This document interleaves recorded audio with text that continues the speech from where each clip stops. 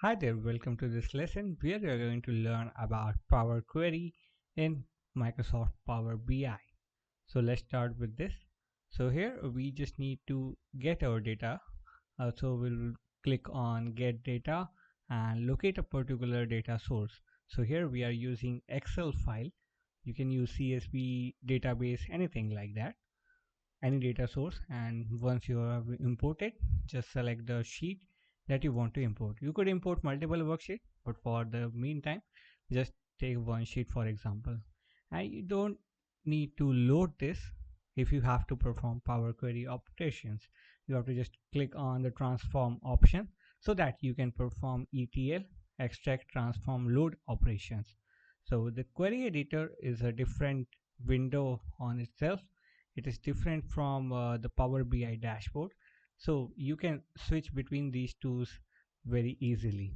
Okay, so this is the editor that allows you to edit everything. So you got multiple columns, multiple rows, and here just let start with a row deletion. So here we got first row with null values.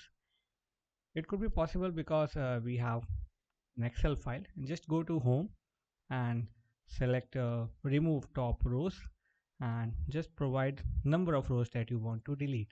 So if you provide 1, it will remove the first row from the top. If you provide 3, 5, 10, it will remove 10 rows from the top in the same order.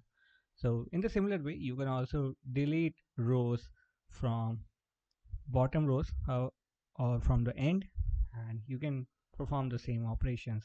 So this is the simplest and basic operations that you can perform. Power Query will allow powerful editing options both in Excel as well as Power BI. So if you're comfortable with MS Excel, you can continue these operations there as well. If you're comfortable with Power BI, you could continue here. It provides a wide range of options, wide range of features that you can perform on your data set. So here we have deleted top rows or bottom rows. In the similar way, you can also perform various operations like column split, replace column values, and much more. So on the right hand side, you got various applied steps. So it will show you the history of steps that you perform.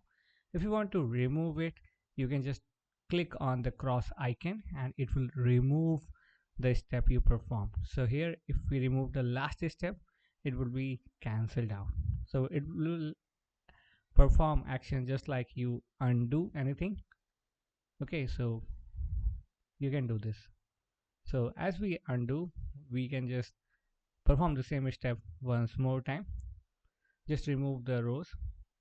So if you by mistake perform certain operations that you don't want to reflect, you can just revert back to the previous state. So this is how your dashboard looks like. On the top side, you got multiple tabs. The basic is home tab by default. You can go to transform and add columns and various options as well. It got advanced functionalities, and you can generally perform any kind of Power Query operation with the help of few clicks. So it makes very easily and intuitive for anyone else. So now just go to split column. You can find a split column here just next to remove rows, and here just click on by delimiter. So if you want to split a single column into 2 or 3 different columns, you can do so.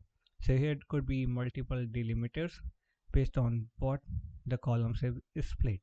So here we got the column, and where we got something like if you can provide a character, you can provide a space, tab, comma, anything, you can just do that thing. But here we are going to split with a delimiter hyphen or dash, and we will split at each occurrence of the delimiter. So here we got single occurrence of a delimiter, and we can just remove it. So here it has extracted some values from one column and created 2 different columns. This is called a split operation. Similar kind of operations can be performed on databases using SQL queries. You can perform such operations using Python on big data.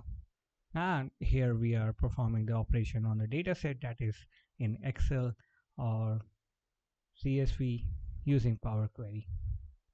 So if you want to revert back to the previous state, you can easily revert back by just going to the applied steps and just click on the cross icon. It will just nullify.